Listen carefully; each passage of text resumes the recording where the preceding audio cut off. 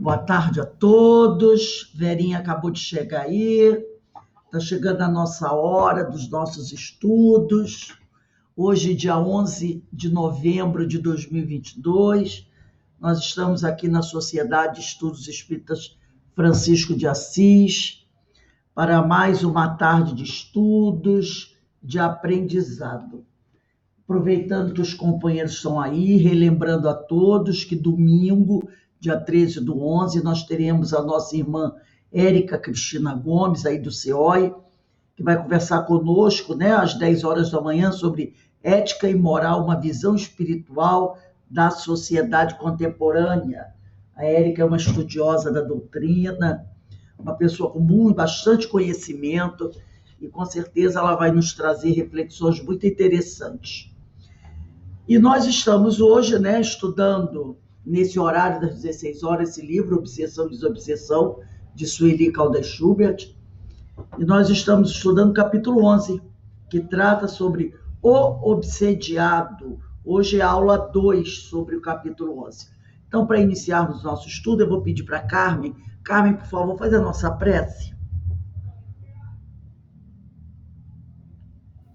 Então, Senhor, muito agradecemos por mais esse dia de estudo, essa sexta-feira, rogando aos amigos espirituais, aos benfeitores, que possam nos envolver, nos trazendo as boas inspirações, as boas ideias desse evangelho, que possamos mais uma vez contar com a ajuda deles e a gente vai fazer a nossa parte. Que Jesus abençoe essa nossa sexta-feira, os nossos companheiros dos dois planos da vida, e que tenhamos muitas ideias, muitas inspirações e intuições a respeito do seu evangelho. Graças a Deus. Graças a Deus. Bem, como eu falei, nós estamos no item 11. E eu vou contar aqui os parágrafos. 1, 2, 3, 4, 5, 6, 7º parágrafo do item 11. Né? Que inicia assim: chegam aos magotes em grandes números, né? Magotes quer dizer isso, pacote cheio, em número grande. Chegam aos magotes em nossas casas espíritas. Vêm em busca de alívio e conforto. Em 2 parágrafos anteriores, a Sueli diz assim: obsidiados, cada um deles traz consigo um infinito de problemas que não sabe precisar. Depois ela diz: necessitam de nossa compreensão. Os obsidiados pedem-nos ouvidos atentos e caridosos, ansiando desabafar os seus conflitos. Chegam aos magotes em grande número em nossas casas espíritas. Vêm em busca de alívio e conforto. Quando apresentam lucidez suficiente, procuram explicações e respostas. Devemos estar preparados para recebê-los. E não apenas isto, mas acolhê-los e tratá-los com caridade legítima, orientando, encaminhando, clarificando os seus caminhos com as bênçãos que a terceira revelação nos proporciona. Terceira revelação é o Espiritismo. Por isso, tão importante é o trabalho do atendimento fraterno na casa espírita. Primeira recepção, né? Toda casa tem que saber receber as pessoas que ali chegam. Isso é uma coisa fundamental. Porque, às vezes, já aconteceu comigo, você entra numa casa espírita, você entra, parece que ninguém te viu, e você sai, parece que também ninguém te percebeu. Isso não pode acontecer na casa espírita. Os trabalhadores da casa espírita têm que estar atentos. Chegou um pessoal, você dá uma olhada, dá uma confirmada se a pessoa é nova na casa, né? Vai lá, recebe, dá uma boa noite, o seja bem-vindo, pergunta pelo nome, se já é espírita, se é a primeira vez que vem à nossa casa, porque de repente a pessoa pode ter vindo no outro horário, né? se vem à nossa casa. Faz aquele acolhimento para a pessoa se sentir bem, não é? Fala da casa, dos trabalhos que tem na casa, pergunta se a pessoa já conhece a doutrina, se já conhece, se ela é oriunda de outra casa, se ela, sabe, envolve a pessoa, conversa com a pessoa, sabe? E aí a pessoa vai se abrindo, vai falando, diz se já conhece, se vem de outra casa espírita, se está mudando, procurando uma casa nova, se já fez algum curso, se está interessado. Apresenta os cursos da casa, não é? Fala dos horários, vai envolver, para a pessoa se sentir envolvida, entendeu? Fala da atividade que vai começar naquele horário, se é a palestra, o tema da palestra, quem vai fazer. A pessoa vai se sentir envolvida, vai dizer, nossa, como eu fui bem recebida. Quando a pessoa estiver indo embora, dá uma olhadinha para ver se vê a pessoa, vai lá, abraça, diz que foi um prazer, que se pergunta se ela gostou, que ela volte novamente, entendeu? Porque aí a pessoa vai dizer, nossa, que legal. Quem não gosta de ser bem atendido? E se a pessoa disser que está com algum problema do ponto de vista espiritual, qualquer coisa nesse sentido, entendeu? Que gostaria de conversar com alguém para falar de uma certa forma, de uma forma mais íntima sobre sua situação, encaminha para o atendimento fraterno na casa. Porque aí a pessoa, né, vai se colocar, vai explicar. Olha o caso ontem, no Diversidade dos Carismas, que o Hermínio falou daquela companheira que foi procurá-lo, que ela queria fazer uma regressão de memória, para tentar resolver um problema que ela tinha com a mãe. Não era a Regina, não, era uma outra pessoa que foi procurá-lo, porque sabia que ele fazia esse tipo de pesquisa, sendo que a pesquisa dele era de cunho, era buscando aprender um pouco mais, não era de interesse terapêutico, ele não trabalhava assim terapeuticamente. E ele deu uma orientação a ela, baseado na conversa que ela teve com ele, porque primeiro ele percebeu que ela não estava em condições emocionais de fazer regressão de memória.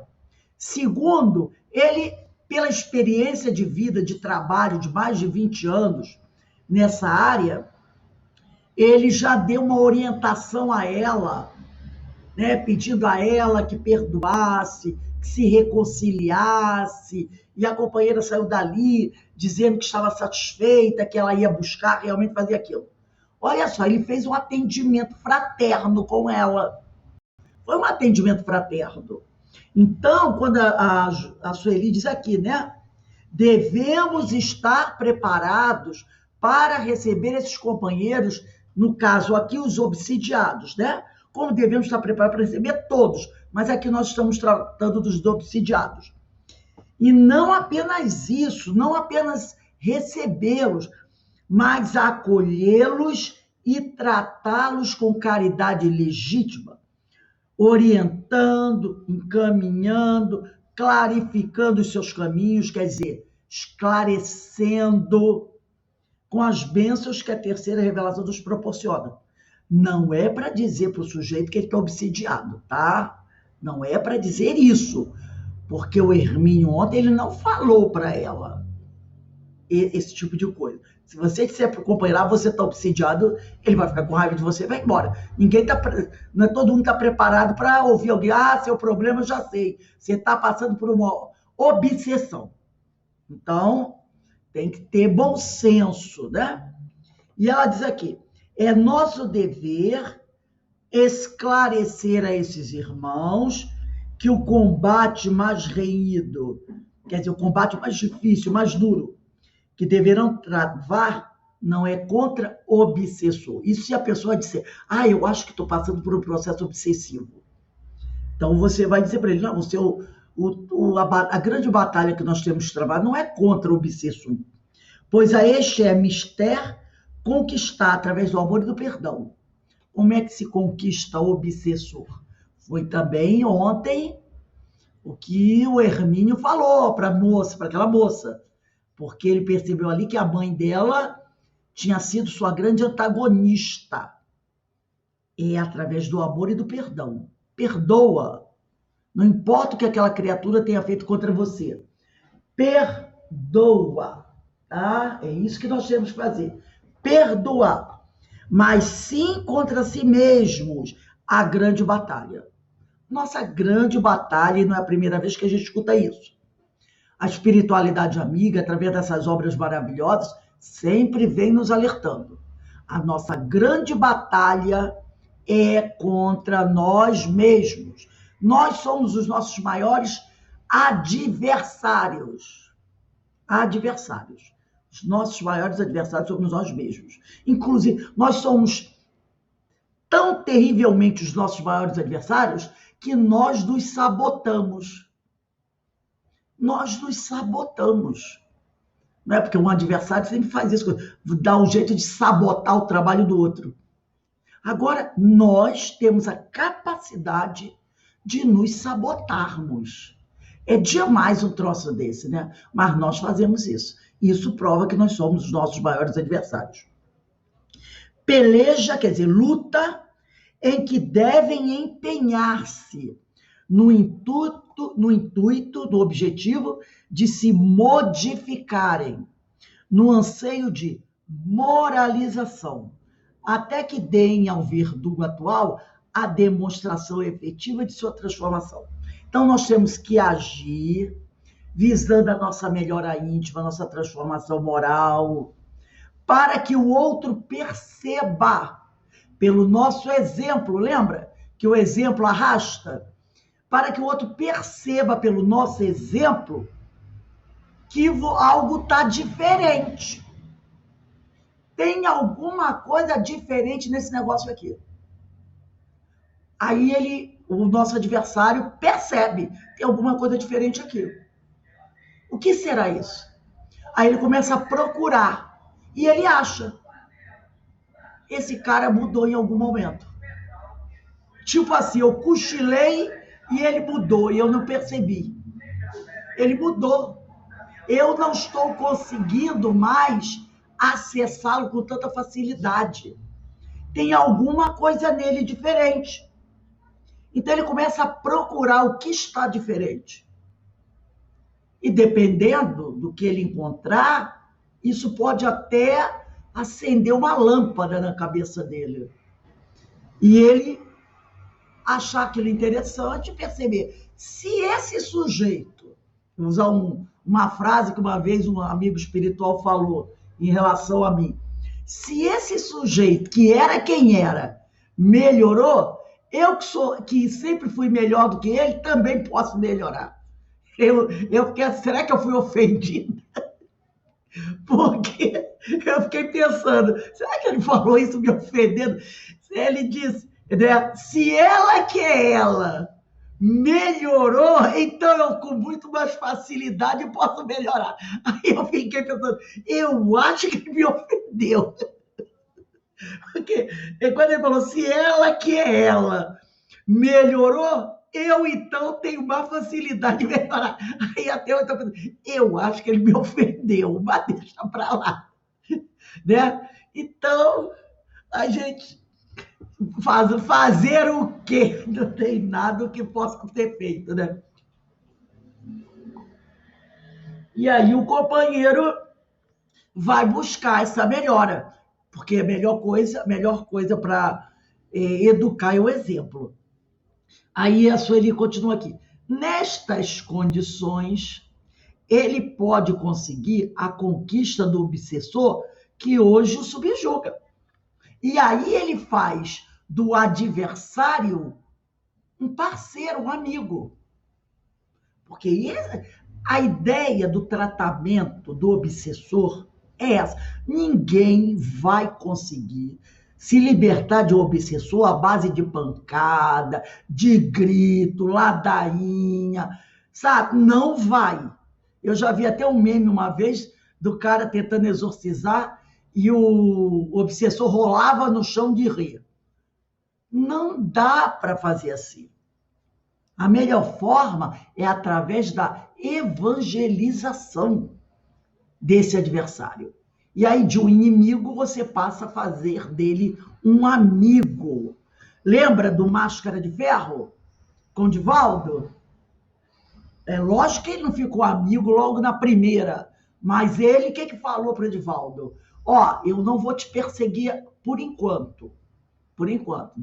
Deu uma congelada na obsessão. Tipo assim, eu não vou te perseguir por enquanto. Estou percebendo que você está fazendo algo que eu não esperava. Também deu uma ofendidazinha, né? Que eu não esperava, porque eu conheço você, sei o que você fazia, mas como você recebeu aqui, na Casa do Caminho, um espírito que é muito querido para mim, que era a mãe dele, e veio uma criança que ele adotou, e você está tratando dela e ele ainda diz mais ou menos assim, com aparente sinceridade, porque eu não acredito muito, não. Ele não acreditava que o Divaldo estava sendo muito sincero. Ele disse, você parece, ele deixou sempre na condicional, né? Que você está tratando com sinceridade. Mas eu vou ficar te observando, tomando conta de você, para ver se isso que está acontecendo é verdade ou é falsidade. Vou ficar te observando. Então, vou parar de te perseguir. Deu aquela congelada e vou te observar. E ele ficou realmente observando o Divaldo durante um bom tempo. Mais tarde, ele retornou dizendo que ele realmente estava acreditando nele e se tornou um amigo. Ele era um Máscara de Ferro. Ele aparecia para o Divaldo com uma máscara de ferro. Porque no período medieval, muitos prisioneiros eram castigados assim. Inclusive, tem a história até de um rei, não sei se foi da Inglaterra, um rei da França, eram gêmeos. Aí tem até aquela história dos 3 mosqueteiros envolvidos também nessa história, né?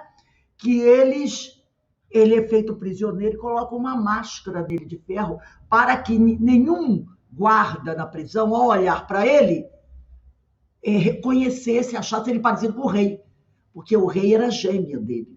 Então eles botaram a máscara nele, porque aí quem conhecesse o rei e visse aquele prisioneiro ia desconfiar. Tem alguma coisa errada aqui.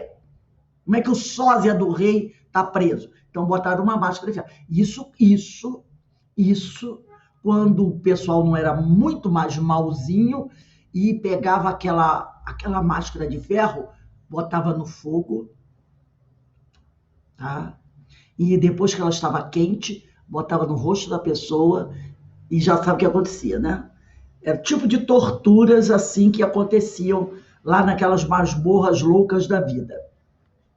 Então, por isso que ele usava a máscara de ferro, porque ele foi aprisionado com uma máscara de ferro.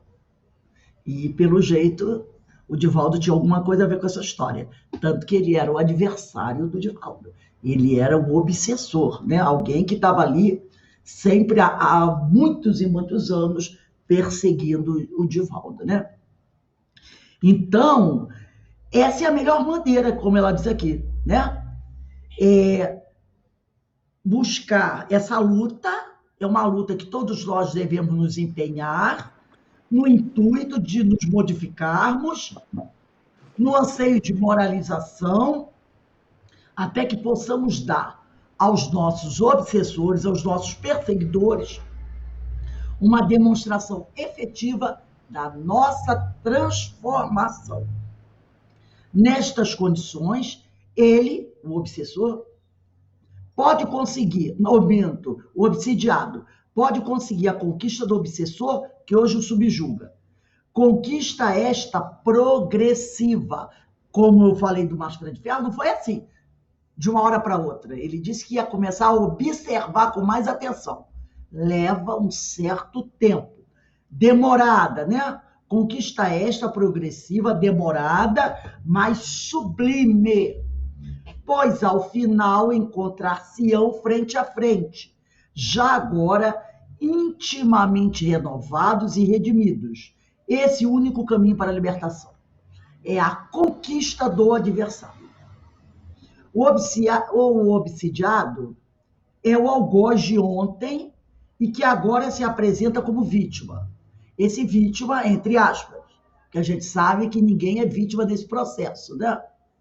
Ou então é o comparsa de crimes que o cúmplice das sombras não quer perder, tudo fazendo por cerceá-lo em sua trajetória.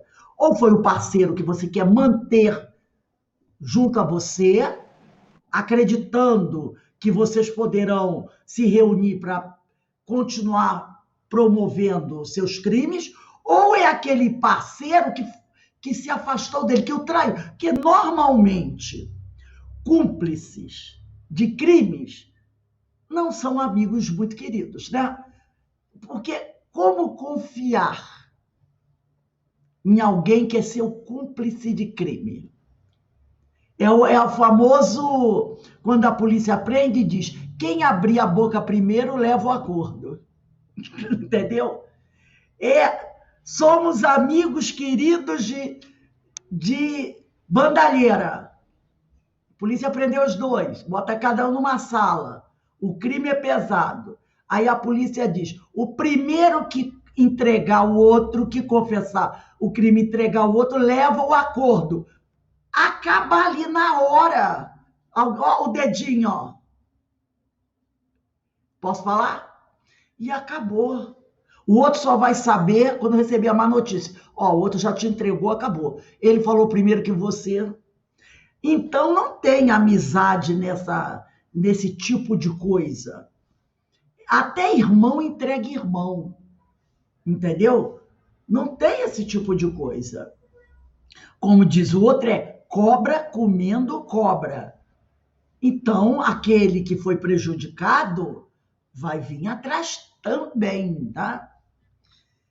As provações que afligem o obsidiado, representam a oportunidade de reajuste, alertando para a necessidade de se moralizar. Então, a dor que ele está passando, né, é um alerta que está na hora dele se moralizar. Porquanto, sentindo-se assolado pelo verdugo espiritual, quer dizer, acuado, né, pelo verdugo espiritual, mais depressa se conscientizará da grandiosa tarefa a ser realizada. Transformar o ódio em amor, a vingança em perdão e humilhar-se para também ser perdoado. Então, quando a dor é muito grande, né? A pessoa logo busca o tratamento.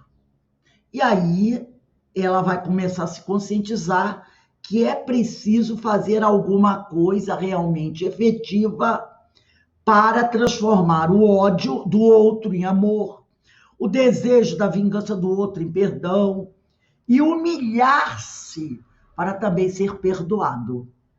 Então, a pessoa percebe que tem que fazer alguma coisa realmente para mexer, para sair dessa situação que é muito dolorida. Eu trouxe aqui um texto para a gente conversar. Deixa eu abrir aqui.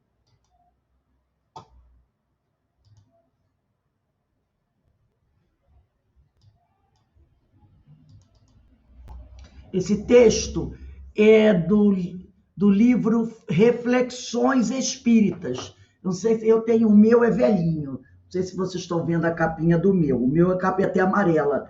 Essa daí é uma capa azul. Reflexões Espíritas, psicografia de Divaldo Pereira Franco, pelo espírito Viana de Carvalho. O Viana de Carvalho tem mais 5 ou 6 obras que foram psicografadas pelo Divaldo. Todas elas são muito boas, muito boas. Ele trata sobre a questão da mediunidade, das reuniões mediúnicas, dos processos obsessivos, muito boas mesmo. Então, Viana de Carvalho diz assim: flagelos obsessivos. É flagelo que irrompe avassaladoramente no atual organismo da sociedade. Esse livro aqui, o meu, é de 1992, né? Então, são aí uns 30 anos que esse livro foi publicado. Mais ou menos isso, né? 30 anos. E continua o mesmo problema, né?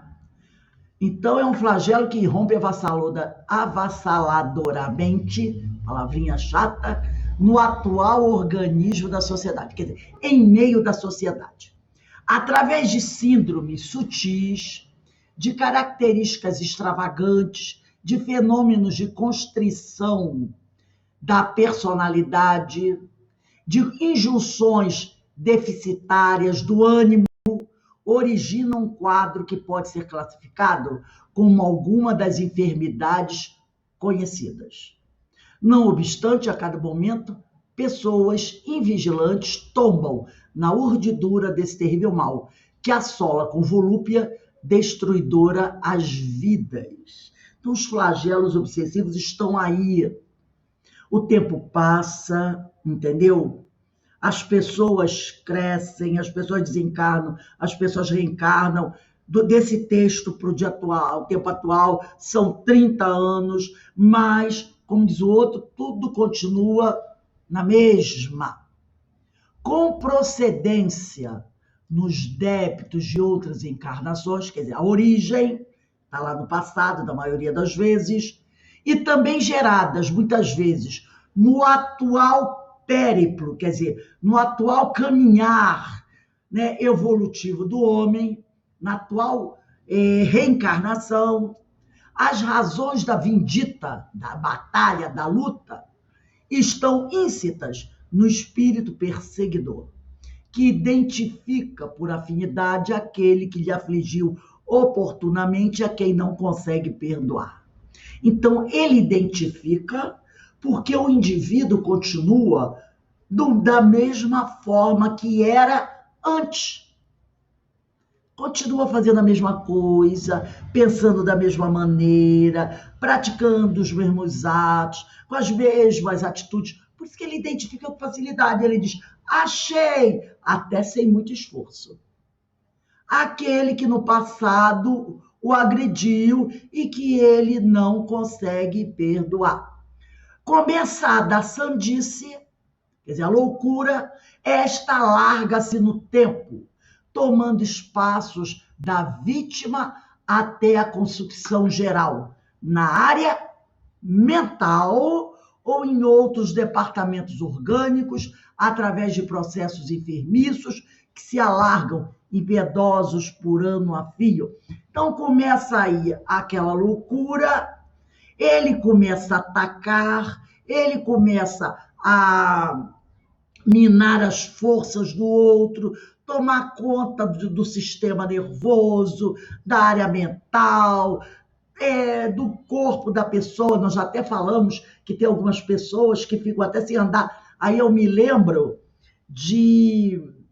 Oh, meu Deus, acho que foi Salomão, que consta lá na Bíblia, né, se eu não me engano, que foi Salomão que sofreu também um processo obsessivo brabo, e ele ficou, parece que agia como, acho que era um cachorro, um animal, assim. Eu acho que foi Napoleão não, oh meu Deus, Salomão, que a Bíblia acho que conta que ele também passou, que ele teve todo o seu organismo físico danificado, podemos dizer assim, né?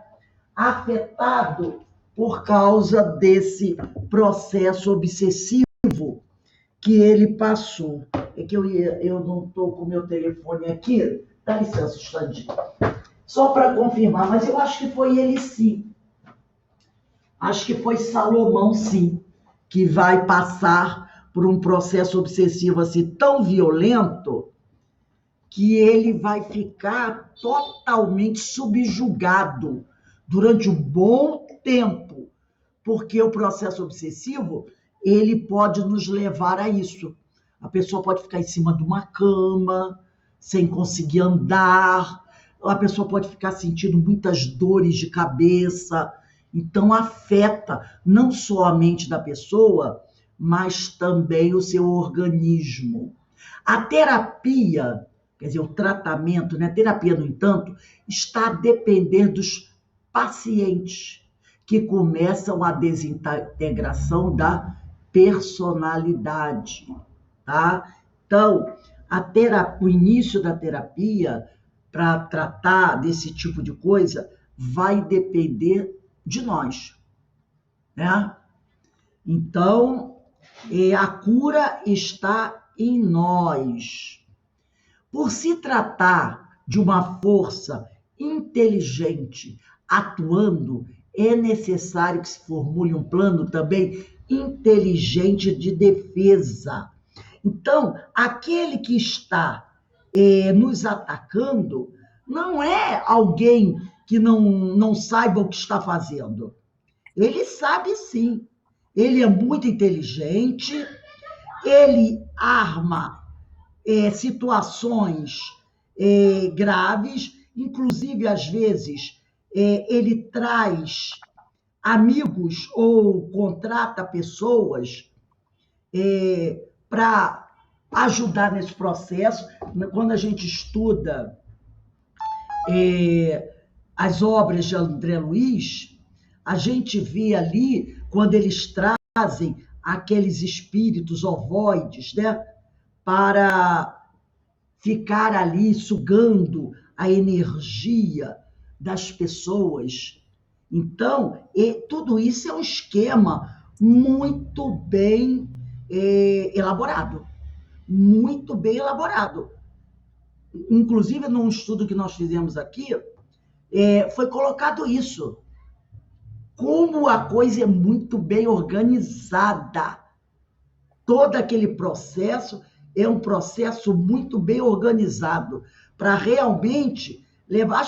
Foi no livro de André Luiz mesmo, para mostrar como, às vezes, são vários espíritos que são trazidos para levar a pessoa à loucura até a morte, se é possível, né? Então, Rose, oi. Quando ele fala que a terapia, no entanto, está dependendo dos pacientes que começam a desintegração da personalidade, ele está querendo dizer que é o quê?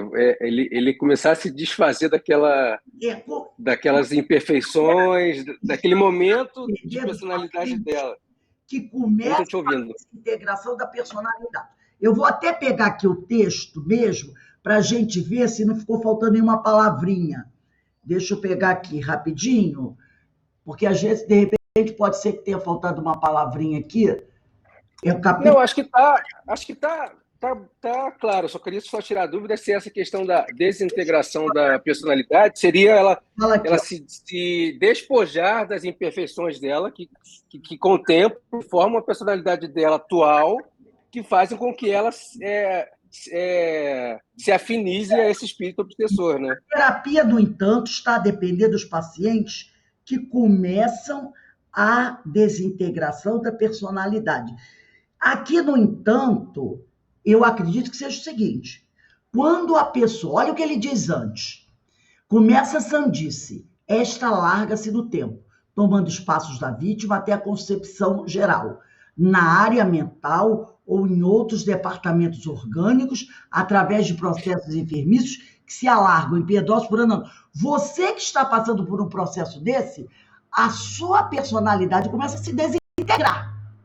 Entendeu? A sua personalidade começa a se desintegrar.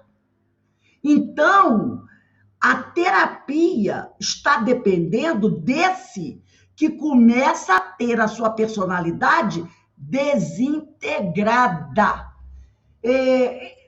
Por exemplo, a esquizofrenia. Lembra quando nós estudamos aqui falamos sobre a esquizofrenia, quando o autor falava, ele não falava em divisão, ele falava em desequilíbrio, desintegração. Tanto que ele dizia assim, não é uma divisão, não é uma separação, é como se fosse uma fragmentação da personalidade. Então, quando o sujeito começa a sofrer um processo obsessivo desse monte, né, dessa monta, que ele diz aqui, ó, ataca na área mental, ataca o teu organismo todo, a tua personalidade começa a se desintegrar. Então, antes que chegue a a esse total, essa desintegração total, você tem que começar a buscar o tratamento. Entendeu? Você tem que começar a buscar esse tratamento. Então, é nesse sentido que eu entendi. Eu estou perguntando porque é o seguinte, eu fiz um estudo de um texto do Pedro de Camargo, chamado Caráter. E aí ele fala exatamente do que é, ele diferencia o que é personalidade de individualidade. Sim. E ele fala que a essência do espírito é a individualidade. A personalidade é uma coisa, é a sombra da essência. A personalidade é um instrumento ao qual o espírito cria a individualidade. Ou seja, a personalidade é uma coisa friável. Ela é friável. A individualidade ela é sólida. Então, quando o Pedro de Camargo fala isso, e aí aí, a partir do que eu li desse texto, eu entendo nessa frase que a terapia está dependendo dos pacientes que vão começar a se despojar dessa personalidade sombria que vai que vai deixar de se afinizar a esses espíritos que estão criando afinidade com elas, estão obsidiando elas, entendeu? Foi isso que eu entendi. A partir desse texto que eu li do Pedro Camargo. Eu entendi assim, que a terapia, no entanto... A frase aqui, ela está dúbia, né? Ela não está clara. Ela não está clara. No livro está assim mesmo, dos pacientes que começam a desintegração da personalidade. Eu também entendi o seu ponto de vista. Pode ter essas duas ideias. Pode ter a ideia de você começar a se tratar eliminando, buscando eliminar esse lado da sombra que está te envolvendo. Isso. Como também pode ser aquela situação de que quem está sofrendo um processo obsessivo desse começa a sofrer uma desintegração da sua personalidade. Tanto que ele chega... Porque ela está sendo subjugada, né? Exatamente. Eu também entendi isso do seu lado. De reagir. E aí, antes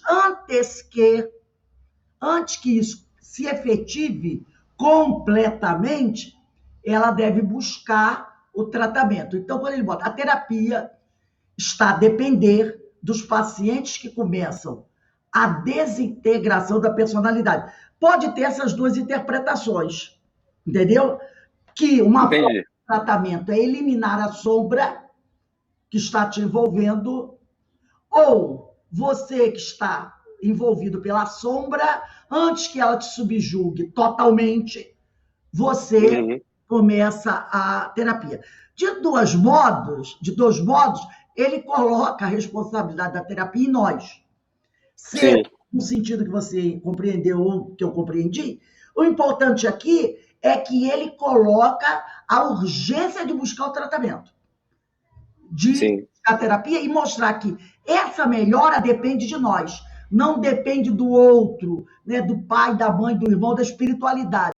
Porque se você não quiser, o mundo pode desejar, mas você não vai chegar lá. Essa melhora não vai ser alcançada. E nem Jesus poderia conseguir isso. Lembra ontem da parábola dos porcos? Jesus faz a nossa vontade. Nós temos o livre-arbítrio. Ele respeita. Então, nas duas ideias, fica claro isso, que a terapia depende do obsidiado. A busca pela melhora depende primeiro do obsidiado. É lógico que outros poderão ajudar. A casa espírita poderá ajudar, o médico poderá ajudar, a espiritualidade, a família. Mas a tua vontade é soberana, nesse caso. Entendeu?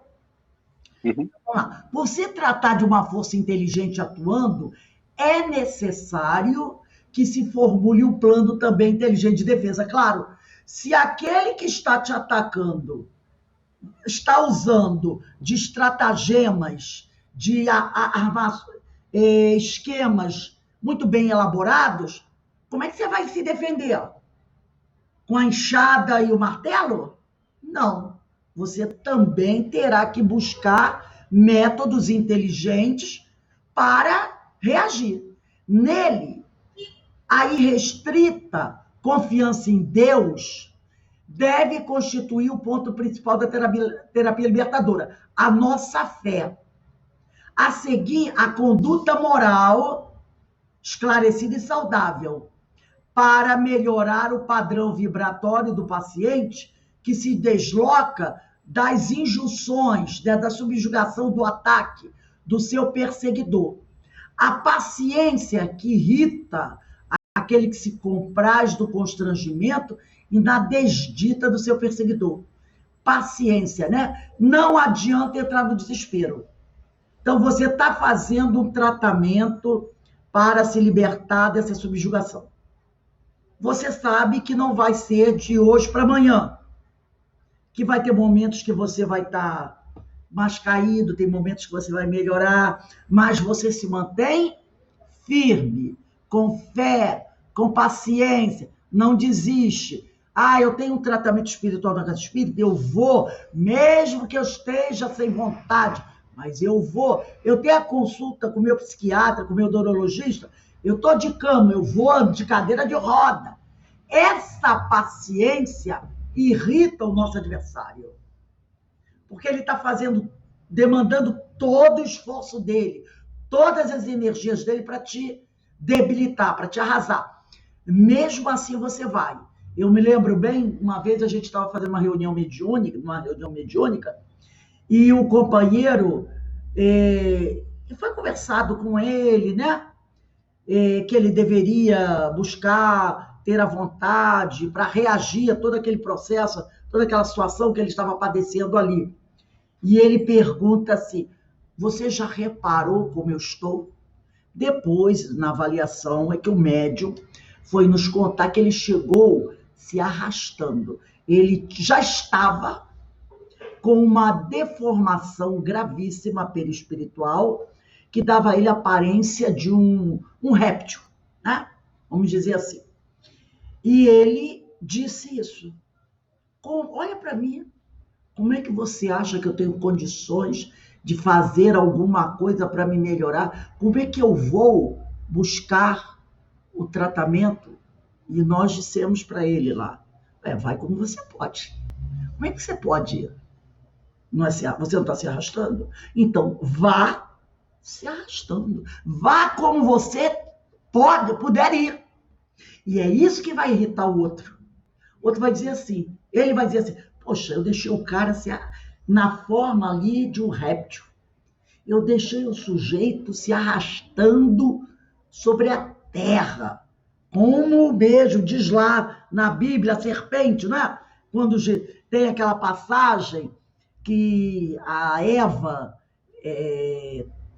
come o fruto proibido e depois o Senhor percebe que ela está escondida com Adão lá no meio da moita, e ele fala que eles vão comer o alimento retirado da terra, que eles vão sofrer, aquela coisa que a mulher vai parir com dor, mas depois ele fala para a serpente que ela passará o resto da sua vida se arrastando no pó da terra.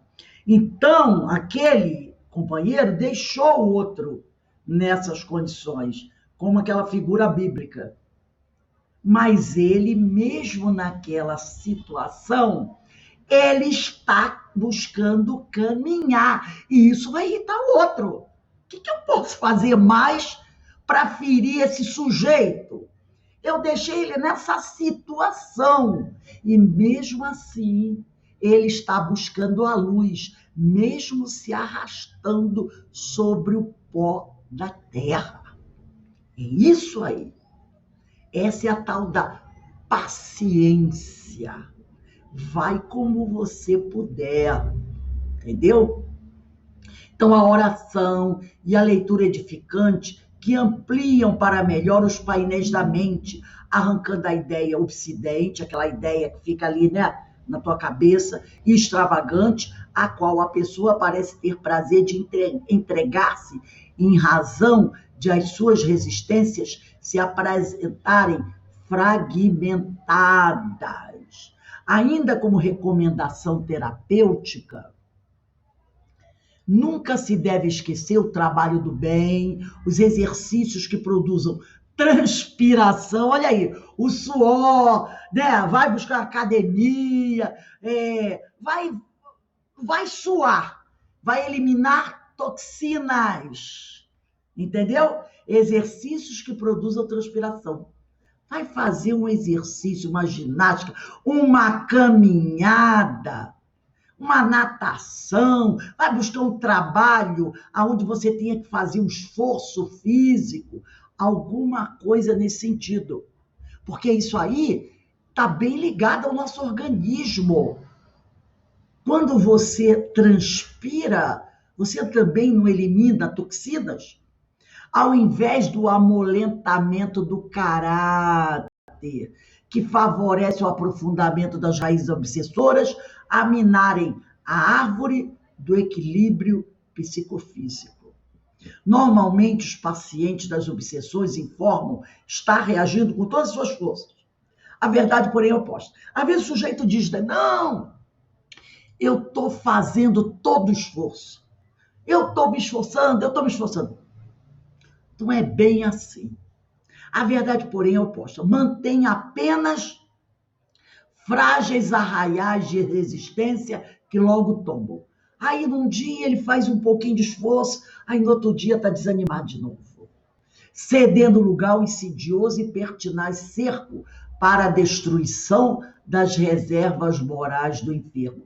Tem que ser, sabe quando aquelas pessoas sofrem acidentes graves, que ficam paralisadas devido ao acidente, alguma lesão na coluna, e aí o médico diz para ele, olha, você pode melhorar sim, pode melhorar, pode até voltar a andar, talvez não como antigamente, ou talvez até possa voltar a andar normalmente, mas para isso você vai ter que fazer muita terapia, serão 1, 2 anos de terapia, aquela terapia ali 3, 4 vezes por semana ou todo dia. E a gente sabe que a terapia, no início, ela dói muito, muito mesmo, né?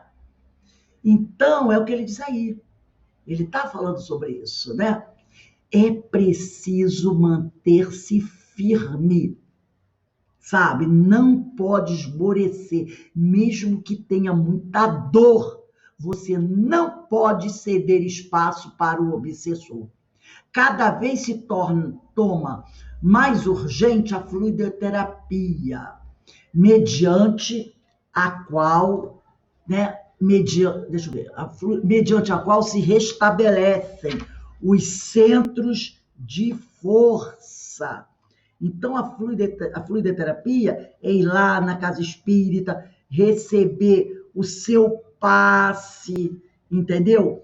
Assistir a palestra, todo esse trabalho, buscar, né, esvaziar a mente dos pensamentos negativos.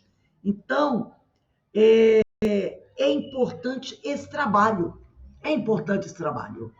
Então, cada vez se torna mais urgente a fluidoterapia, mediante a qual se restabelecem os centros de força ultrajados e se recondicionam as vibrações do perispírito vitimado, porque o perispírito foi afetado, que passa a gerar novas fontes de equilíbrio para restaurar no corpo, na mente e na emoção o estado de saúde. Inadiável que todos aqueles que se encontram suscetíveis de fenômenos obsessivos, e são quase que todos os homens, precavenham-se na ação da caridade, na usança da higiene mental, mantendo e realizando os propósitos superiores de vencer-se e vencer o desiderato da reencarnação. Somente quando o homem se resolva por adotar um estado consciente de saúde mental e de realização espiritual íntima, a obsessão, flagelo cruel da sociedade, cederá lugar à fraternidade que deve viger entre encarnados e desencarnados. Estes últimos, conscientizados da bênção de reencarnação, e os primeiros, que são os encarnados, reconhecendo os erros nos quais incidiram. Deem-se as mãos, encarnados e desencarnados, para ajuda recíproca, trabalhando na terra o reino da esperança, onde todos poderão viver como verdadeiros irmãos, que o somos, sob a divina providência da paternidade de Deus. Então, esse texto, né, é o capítulo 23 do livro Reflexões Espíritas de Viana de Carvalho, muito interessante para todos nós. Como eu falei, o Viana de Carvalho, ele é assim um profundo estudioso dessa área. Depois alguém aí, se puder, dá uma olhadinha no Google, confirma, eu estou em dúvida, se foi Napoleão ou Nabucodonosor, que sofreu um grande processo obsessivo que o tornou, ele agia como quase um animal. Fala, Denise.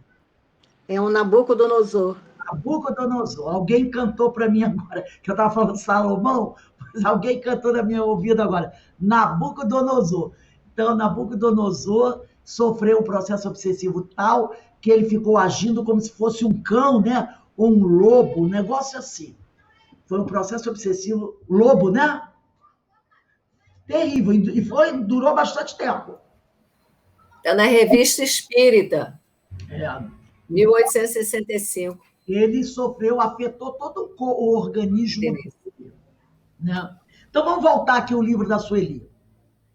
Voltando-se para o bem, conquistando valores morais, terá possibilidades de ir se equilibrando, né?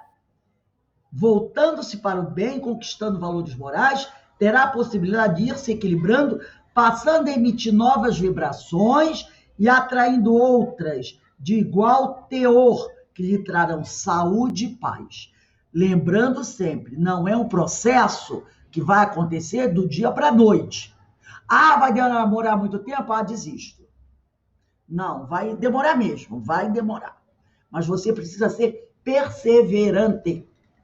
A sua transformação moral, a vivência no bem, o cultivo dos reais valores da vida verdadeira, irão aos poucos anulando os condicionamentos para a dor, enquanto favorecerão a sua própria harmonização interior, que é, sem dúvida, fator de melhor saúde física. Então, a nossa harmonização interior vai favorecer a melhora da saúde física. Patenteia-se aí a perfeição da justiça divina, que possibilita ao infrator redimir-se pelo bem que vem a realizar, adquirindo créditos que facilitarão a sua caminhada, abrindo-lhe novos horizontes. Lembrando que estudamos ontem no estudo e na palestra pública. Não basta pedir perdão. É preciso reparar o mal. O perdão que você pede com sinceridade é o congelamento dos juros que tu está pagando.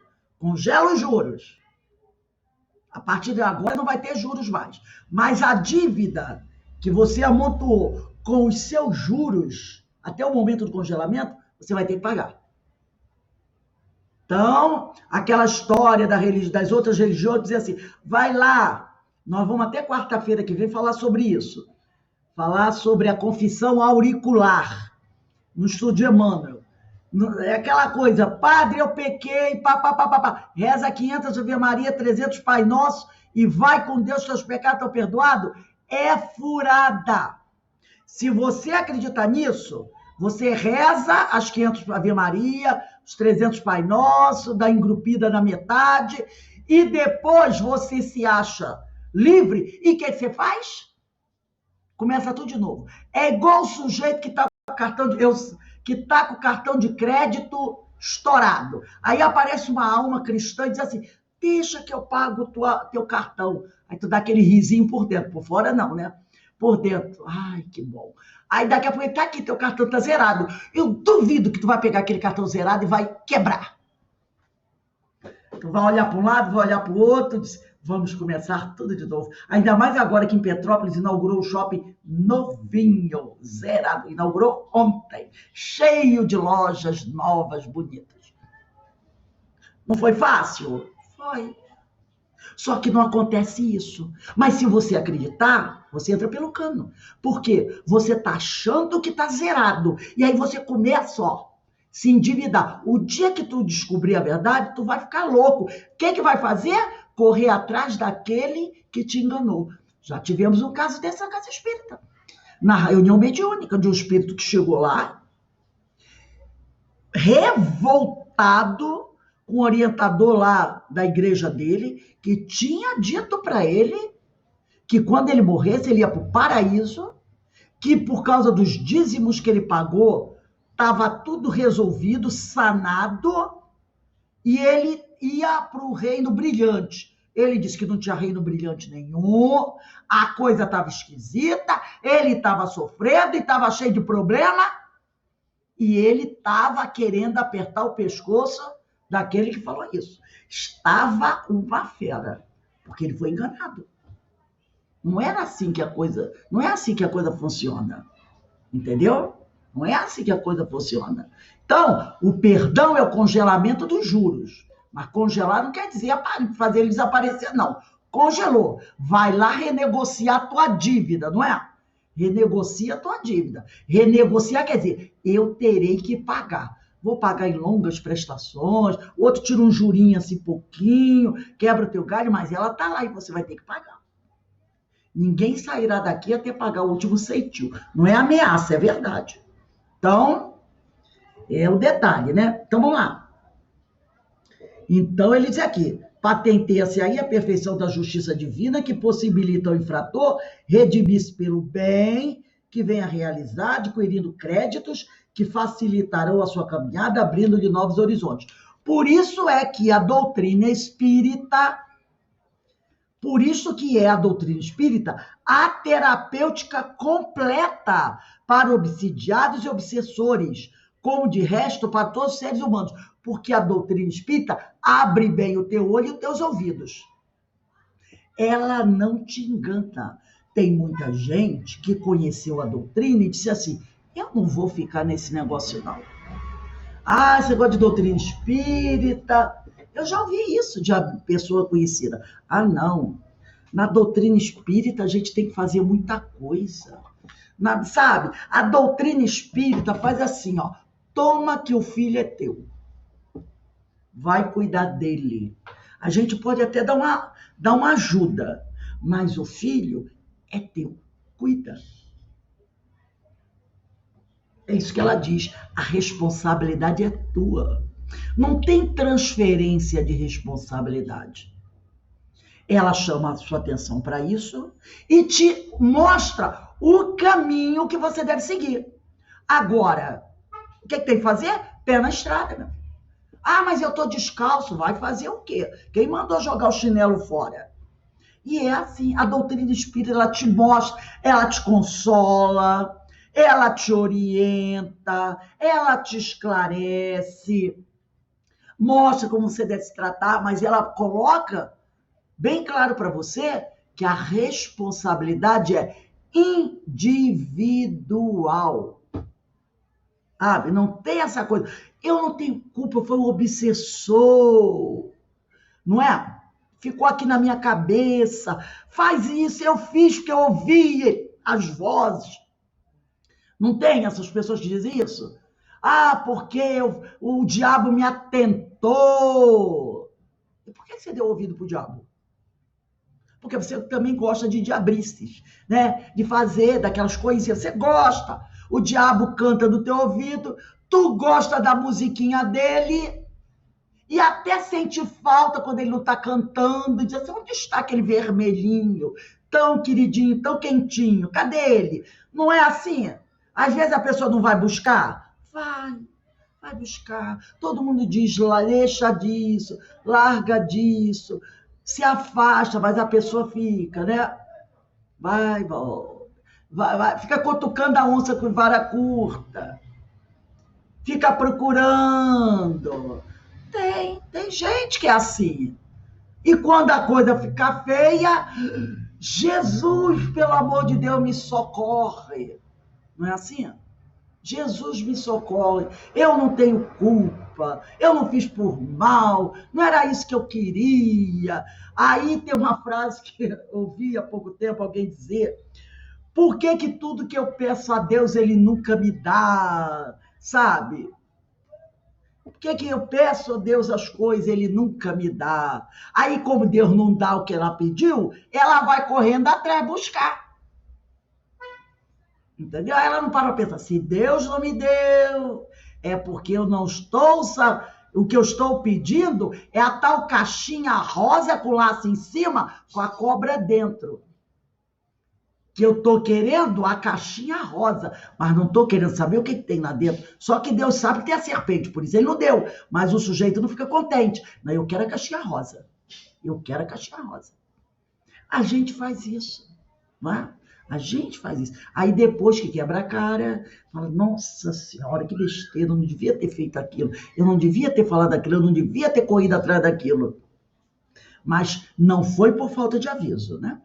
Então ele diz aqui, desvendando a doutrina, o passado demonstra o porquê de dores e aflições e abre perspectivas luminosas para o futuro.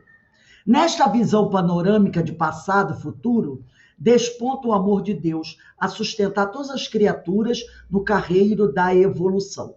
A justiça do Pai é equânime e ninguém fica impune ou marginalizado diante de suas leis, mas ela é, sobretudo, feita de amor e misericórdia, possibilitando ao faltoso renovadas ensanchas de redenção. E, desde que ele desperte para essa realidade, encontrá-las em seu caminho.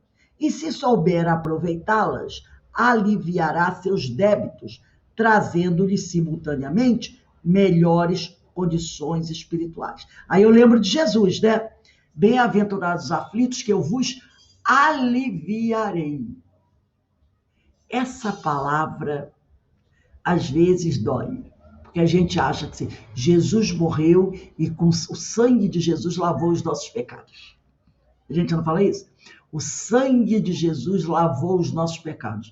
Não lavou, não enxagou, nem centrifugou. O sangue de Jesus não fez nada disso. No máximo, aliviou, como ele diz aqui, né? Desde que ele desperte para essa realidade, encontrá-la em seu caminho. E se souber aproveitá-las, aliviará seus débitos. Não diz que vai eliminar os nossos débitos, vai aliviar, trazendo-lhe simultaneamente melhores condições espirituais.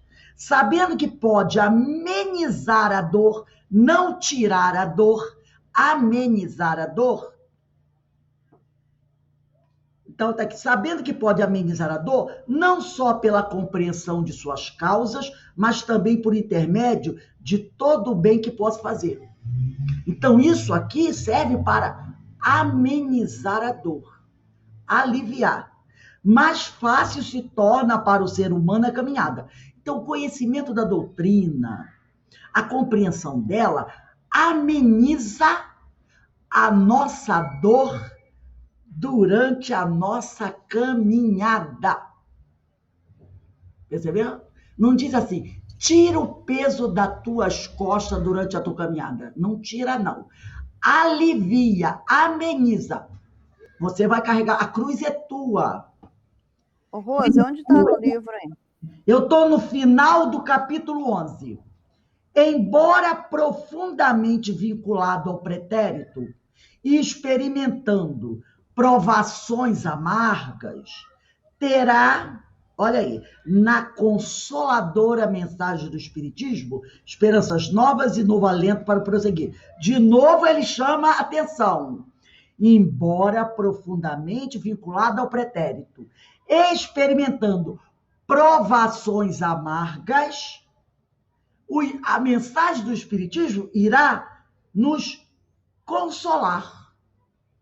Consolar. Terá na consoladora mensagem do Espiritismo esperanças novas e novo alento para prosseguir. Então, o tempo todo mostrando que a responsabilidade é nossa e nós vamos ter que carregar a nossa cruz até o final. Não importa o peso dela. Você vai ter o amparo, você vai ter o alívio, o consolo, mas prepara aí o ombro. Por isso que, de vez em quando, quando a coisa está feia, eu sempre gosto de fazer aquilo que Emmanuel nos ensinou. Senhor, dai-me ombros fortes para eu prosseguir, porque a minha cruz eu vou ter que carregar. Como ele não pode tirar o peso da minha cruz, então que ele me dê ombro forte para carregar o peso dela. E me traz uma consolação. Para a gente encerrar, aqui ainda nesse livro, né, Reflexões Espíritas, do Divaldo, pelo Espírito Viana de Carvalho, eu trouxe aqui, no capítulo 17, que tem por título Chamamento à Luta, um trecho, não é o capítulo, um trecho onde Viana de Carvalho nos faz importante alerta. Ele diz assim: vigiai as fontes do pensamento, por onde se adentram a perturbação e a desordem. Coibi para vosso uso as licenças morais permissivas, não vos comprometendo com ninguém, nem a ninguém, deixando comprometer-se convosco. Tendes a luz excelente para clarear-vos o roteiro. Momento final, este de avaliação de resultados. Recebestes do Senhor as dádivas que nem sempre merecemos. Todos nós, mas que a misericórdia divina nos faz chegar com robustecimento de força, para que nos não venhamos a entorpecer, alegando escassez de recursos. Porque nós sempre recebemos do Senhor muito mais do que a gente merece, né? Duas forças em antagonismo vigem em nós. Duas naturezas do homem que podem ser sintetizadas numa só. A paixão que se bifurca em paixão do corpo, da ambição e paixão da alma, da libertação. Esse conflito deve terminar na paixão pelo Cristo, que não apenas se imolou numa cruz, mas permanece imolada em nossos sentimentos, aguardando por nós. Não adieis mais. Ninguém se poupe ao esforço de sublimar-se. Quer dizer, ninguém deixa de fazer esforço, tá? Ninguém se poupe a esse esforço. Pessoa nenhuma permita arrastar o próximo ao desequilíbrio de que se procura evadir. Eia agora, este é o momento da libertação. Soa o instante azado da vossa devoção à causa espírita, que faz mártires na abnegação, heróis na luta e santos na renúncia. Cristo ontem, imolado. Cristo hoje, libertador. Cristo amanhã, em que, com ele, estaremos na plenitude do reino dos céus. Belíssimo isso aqui, né? Cristo ontem imolado por nós, não é? Ontem imolado por nós. Cristo hoje, libertador. Nós o imolamos ontem e hoje nós permitimos que o Cristo nos liberte, porque aceitamos hoje os seus ensinamentos. Cristo amanhã, em que, com ele, junto a ele, estaremos na plenitude do reino dos céus. Belíssimo, né? Esse trecho do Viana de Carvalho é realmente maravilhoso e sempre esse alerta, como ele, hoje eu estava fazendo um estudo e dizia, né? O momento é hoje. É até uma mensagem de Paulo de Tarso, na carta aos Hebreus, né? Quando Paulo fala sobre isso. O momento é hoje, porque o dia se aproxima. O dia se aproxima. Então, que a gente possa, né, continuar trabalhando. Alguém gostaria de fazer algum comentário aí? Pois é, esse texto é do Reflexões Espíritas também? Sim, sim. Qual é o capítulo? Esse é o capítulo 17, Chamamento à Luta. Eu tenho PDF dele.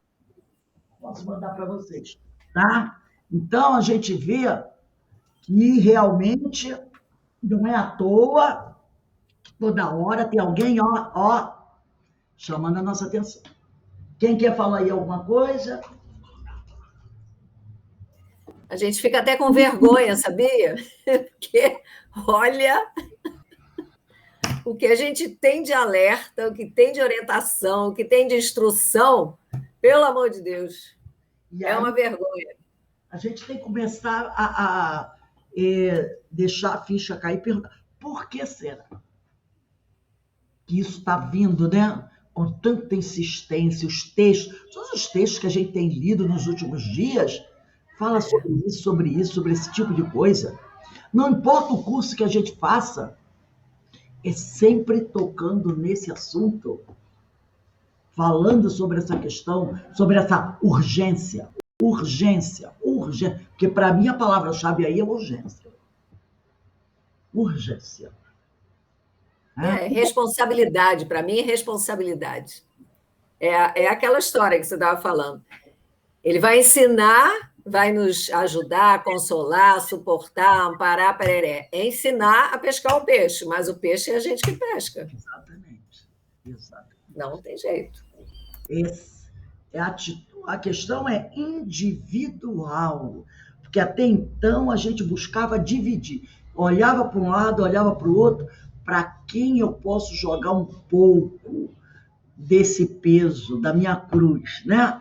Pedir para ajudar a carregar minha cruz. Mas você pode até arrumar um sirineu que, como fez com Jesus, não foi? O sirineu carregou durante um tempo. E olha que, né? A gente sabe, não precisa nem repetir, não merecia nada daquilo. Mas aí apareceu o sirineu. A gente pode até pedir um sirineu. O sirineu pode até ajudar você durante um determinado tempo, mas não para sempre. Não sempre. Você apronta, cadê o sirineu? Para vir resolver meus problemas, assumir a responsabilidade por mim, não é? Aconteceu isso comigo, mas não foi culpa minha, não. Foi o outro que me prejudicou, foi ele. Foi ele que fez isso, fez aquilo que... Não. A criatura não quer entender que não foi o outro. Foi você. Você que é o responsável por tudo. Entendeu? Então, essa questão da responsabilidade, eu vejo muito isso dentro da doutrina, né? Essa questão da individualidade é braba. É braba. O negócio da individualidade. Ela é braba. Porque, né? E a coisa já começa assim tão clara que nem vamos dizer assim, me lembrando aqui o livro do Hermínio, né? Nossos filhos são espíritos. Nem gerado por outro espírito eu posso para dizer que a culpa veio dele, porque ele que me gerou, não gerou, só gerou um corpo para você, que até gerou um corpo legal, mas tu arrebentou, até com o corpo legal que ele te deu, tu arrebentou, né? Até com isso tu arrebentou. Então, não tem de onde em quem botar culpa. Você é uma individualidade. Então, responsabilidade e urgência, realmente. É isso aí, meus irmãos. Vamos dar uma paradinha aí de 15 minutinhos, tá? Quando for 17h35, nós retornamos para o estudo da parábola da grande ceia, que também vai falar sobre esse tipo de coisas que não é fácil, não. É para tudo quanto é lado que a gente lê, pegue, o recado tá ali, ó, bombando. Então, dá uma paradinha, lembrando a todos do nosso evento domingo, tá? Também falando sobre o mesmo assunto, domingo, 10 horas da manhã, ética e moral, tá bom? Tá bom? Ética e moral. Uma visão espiritual da sociedade contemporânea com a nossa irmã Érica Cristina Gomes convido a todos para domingo, 10 horas, estarem conosco para ouvir as reflexões da nossa irmã, que sempre traz coisa muito importante para todos nós. Então, agradecemos a Deus a oportunidade que nos concedeu de estarmos aqui e vamos buscar refletir com profundidade sobre tudo isso que a espiritualidade está enviando para todos nós. Que Deus nos abençoe e nos guarde. Então, daqui a 15 minutinhos a gente está de volta, tá bom? E hoje a gente tem a nossa irradiação para os nossos irmãos enfermos físicos. Um beijão aí para todos.